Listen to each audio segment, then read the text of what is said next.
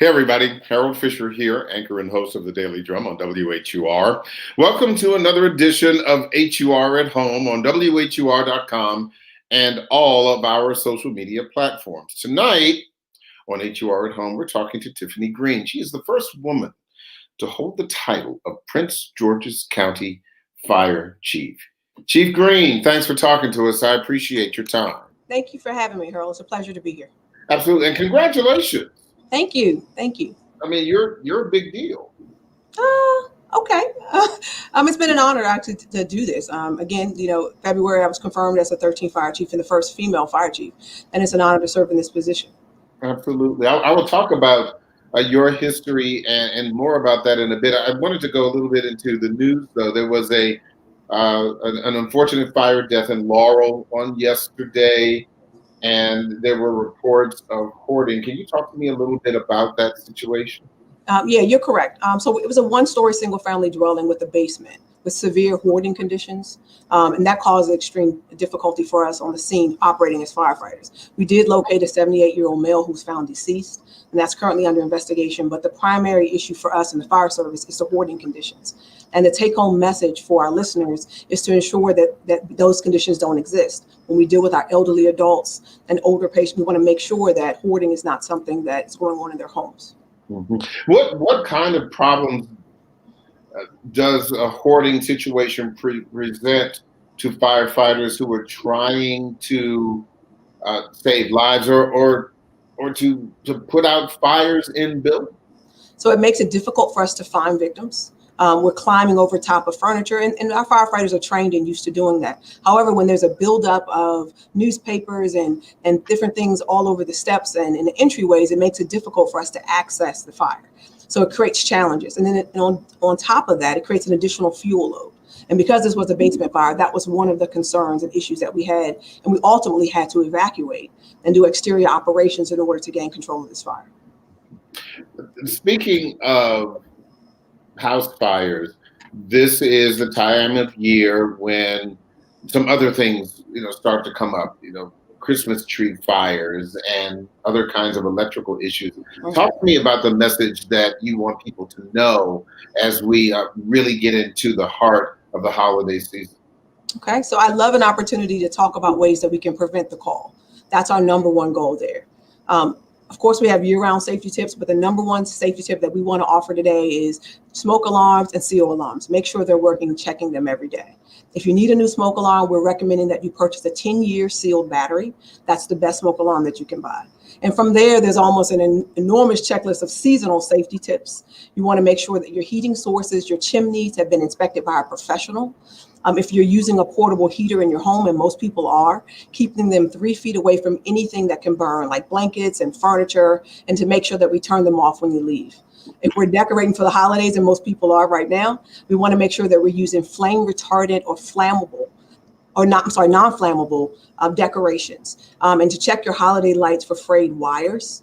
It is often easy to overlook our extension cords. We're all using them, but we want to make sure they're safe. Don't use an indoor extension cord outdoors, and don't plug multiple cords in together. That's important to make sure we're not doing that. And we also love the smell and look of candles. We're recommending battery-operated flameless candles or candle warmers. And if you're using a candle, make sure that it's 12 inches away from anything that can burn, and never leave the home or go to bed with it burning. And the last but not least, if you're putting up a real Christmas tree, water your tree daily to keep it from burning and becoming dry. And also keep it 3 feet away from a heat source. We have found that a dry Christmas tree will be engulfed in flames in less than a minute. So before you know it, that entire tree is on fire. So those are just some of our holiday safety tips. And I know that's a lot. So we encourage everyone to follow us on social media at PGFD on Facebook, or follow us on Twitter at PGFD News on Twitter and Instagram. And that's where we put most of our social media community engagement safety tips. That's how we put that out. That's good stuff, Chief. Thank you so much. The coronavirus pandemic has really changed the way all of us do our jobs, how we live, and the like. I know earlier in the pandemic, the Prince George's County Fire Department had some infections with firefighters. I know in other I mean, that's not a Prince George's County thing. It happened all over the country. Absolutely. Mm-hmm. How are you mitigating that now? What have you learned since early in the pandemic? Okay, so in the very beginning in January, the department leaned forward with our county executive, Angela Alsobrooks. We began planning for our response, inventorying our supplies, developing protocols and procedures to better protect our personnel and service our community. So when the pandemic hit in March, we were able to adjust to whatever we needed to do. We still do daily analysis, keeping a close eye on the situation as it evolves, but the main goal is to be proactive and not reactive. One of the major changes we immediately faced was how we looked when we responded. A lot of people weren't used to us wearing the masks, the gowns, the N95s, and those were things that we had to communicate to the community, basically. It took us a little longer to get on the call. Our providers had to put those things on to protect themselves as well as protect the patients that we're transporting. So we put that out and we made sure we explained that to our community. I've admired the way the men and women have stepped up in this department during the pandemic. They've been on the front lines from the very beginning and have never wavered in our mission to serve. And I really appreciate that. We've run over 5,500 patient under investigation calls, and those are potential COVID-19 patients. And we've transported more than 800 COVID-19 positive patients. So they've done a phenomenal job. But most importantly, our community has supported us. We've had an outpouring of support, whether it was donations of meals, hand sanitizer, PPE. And I think those are the things that our firefighters, the men and women of this department who are on the front line, appreciate the most. That pushes them through each shift so they can continue to provide the exceptional service to the community. You weren't just plucked out of thin air. You started, in this department as a raw recruit. I saw some pictures. You had some guns. Thanks, Harold. Yeah. Handling that axe. The hose, the whole bit. Are you surprised that you are where you are now, considering where you started? Well, that's a tough question. What I will tell you is when I first started, to be 100% honest, in the beginning, I didn't see anyone that looked like me in this position. It wasn't until later on in my career that I actually saw a 5-bugle African-American female fire chief.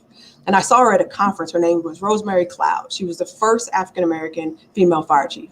I'm happy to say that now I'm the 9th, but that isn't enough for me.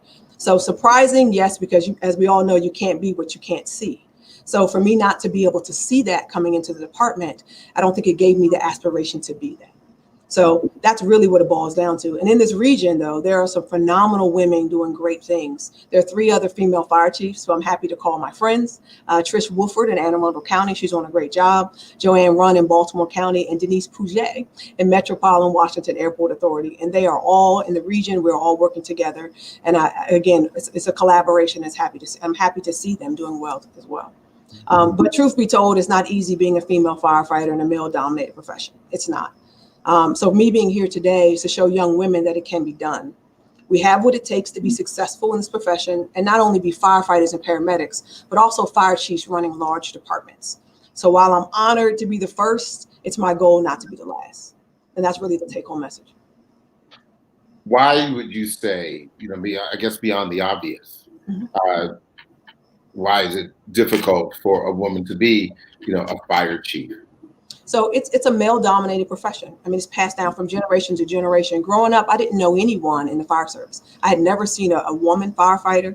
And it's also physically demanding. It's not a career that we typically advertise as something that women can do. And so just recently, we have started to put women on the face of recruitment ads and started to promote that opportunity for that career because it's a phenomenal career and women are doing a great job every day.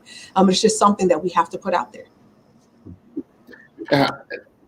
This could be seen, particularly as we are changing presidential administrations, that women are taking on some really powerful positions. Do you see yourself in that number now? I mean, you really are kind of carrying the mantle, I would say, and in some pretty rare air company.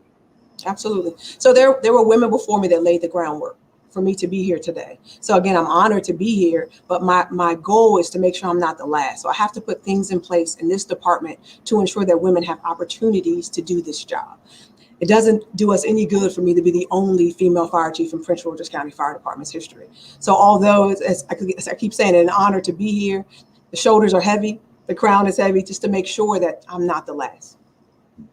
What is your vision for the Prince George's County Fire Department moving forward? You have come in at a really difficult time in the midst of a pandemic, the likes of which this country has not seen in 100 years. But I would imagine that you have a blank canvas upon which you can paint your own masterpiece. What will you do differently? So for me, my number one goal is, again, as I started earlier, prevent the call. We want to prevent people from having to call us. So we do that through our community engagement and outreach. We do that by training the public how to prevent the fire. And then the other thing that's very near and dear to me, and my parents instilled this in me, is service to our community. Our primary goal is to serve, and our mission is to serve. So every day I'm pushing that out as a department, one county, one mission. That mission is to serve. And if we can stay focused on that every day when we run these calls, when we're going out dealing with the community, our job is to make their day better. So that's our primary goal. And if we can just focus on that, our future will be bright. What about recruitment? Any changes in how you bring more firefighters into the fold? Absolutely. So for me, it's about making sure that we have a diverse recruitment profile. So that doesn't just mean targeting one particular group. It means making sure that we have a dedicated recruiter that can reach out to what the community looks like now. And some of our applicants are now younger. It's a different generation, and the fire service is changing. So therefore, we have to change to adapt to that. So it's the cell phone era, it's the social media era. We have to become a part of that. And that's what we're doing now as a department. We just recently opened our application. Within 2 days, it was full because we've been recruiting over the last year. And we're not recruiting in just one particular places. We are going to the HBUs. We are going to the bases. We're going to recruit women. We're going to recruit veterans. We are targeting what we want our department to look like. And what we want them to look like is what's reflective in this community in Prince George's County. Can you describe what you believe would be the ideal personality for a firefighter? One that's willing to serve. That's the first thing, because it's a selfless job. I mean, you're going in burning buildings when everyone else is running out. Mm-hmm. And then to talk about just that, you got to have some courage and some grit.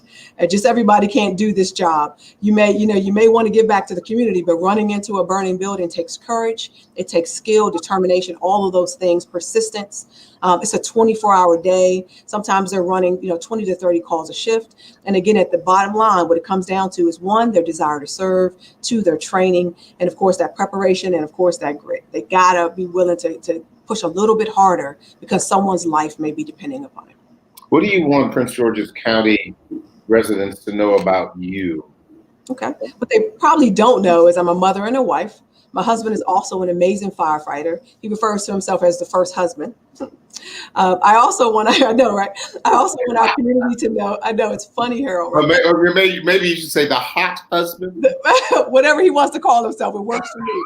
Happy husband, happy wife. That's how I see it. Yeah. So I also want the community to know I'm a native Prince Georgian, and that means a lot to me. I'm proud to be Prince George's County's fire chief, and even prouder to serve in my home community. Growing up, again, my family instilled in me that model to serve, and I can't think of a better way to serve than as the first female fire chief of this great department.